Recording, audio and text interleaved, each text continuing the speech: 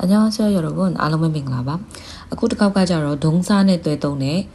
ဩယာဆိုတဲ့အဓိပ္ပာယ်ကတခုခုဖြစ်မှဆိုတဲ့အဓိပ္ပာယ်ဆိုတော့အနောက်မှာသုံးမဲ့ဟာဒီကဟဲယူဒွယ်ယူဆိုတဲ့ verb တွေနဲ့လည်းသုံးတယ်လို့မျိုးတခြား verb တွေနဲ့လည်းသုံးတယ်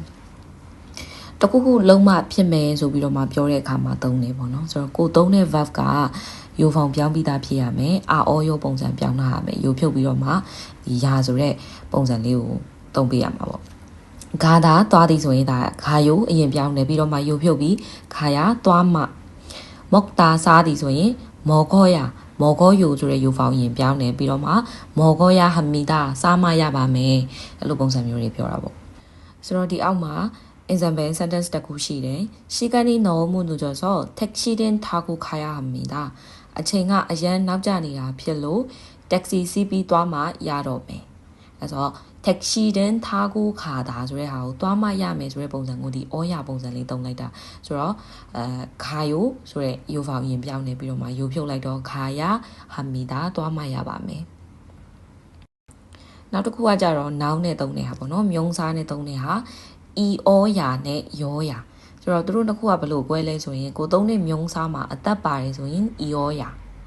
မြုံစားမှာအသက်မပါဘူးဆိုလို့ရှိရင်တော့ယောယာနဲ့သုံးရပါမယ်မြန်မာလိုအဓိပ္ပာယ်ကကြတော့ဖြစ်မှဆိုတဲ့အဓိပ္ပာယ်နောင်နဲ့သုံးမယ်ဆိုရင်အဲ့ဒီနောင်ဖြစ်မှဆိုတော့ဒီမှာပေးထားတဲ့ example sentence လေးရှိတယ်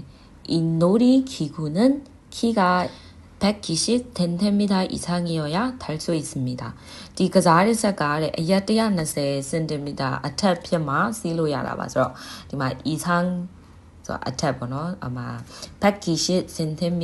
이상ဆိုတော့ကိုအထက်ဆိုတဲ့ပုံစံမှာအသက်ပါတာဖြစ်လို့ဤဩယာပုံစံသုံးလိုက်တယ်အထက်ဖြစ်မှဆိုတဲ့အဓိပ္ပာယ် 탈 수 있습니다 စီးလို့ရတာပါ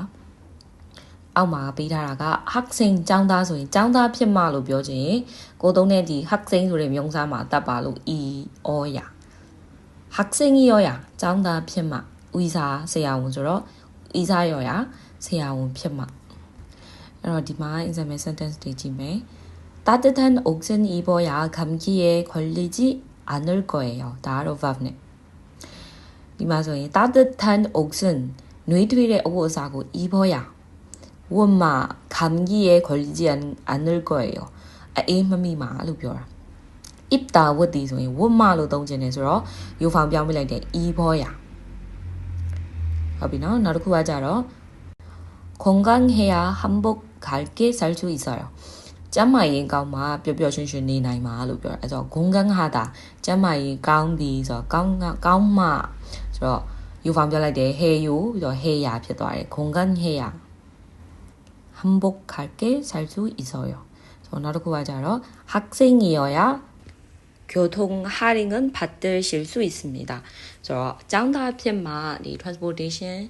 discount ကိုရရှိနိုင်မှာဖြစ်ပါတယ်လို့ပြောတာပါဆိုတော့학생ဆိုတော့ကျောင်းသားကအသက်ပါတာဖြစ်လို့ noun မြုံစားမှာအသက်ပါရင်ဤဩယာနဲ့သုံးလိုက်ပါတယ်ဖြစ်မှကျောင်းသားဖြစ်မှဆိုတဲ့အဓိပ္ပာယ်လေးဖြစ်သွားပါတယ်ဆိုတော့ဒီဤဩယာယောယာပြီးသွားရင် verb နဲ့တွဲသုံးတဲ့အာဩယောယာဆိုတဲ့ပုံစံလေးကိုရမယ်လို့ထင်ပါတယ်တတာ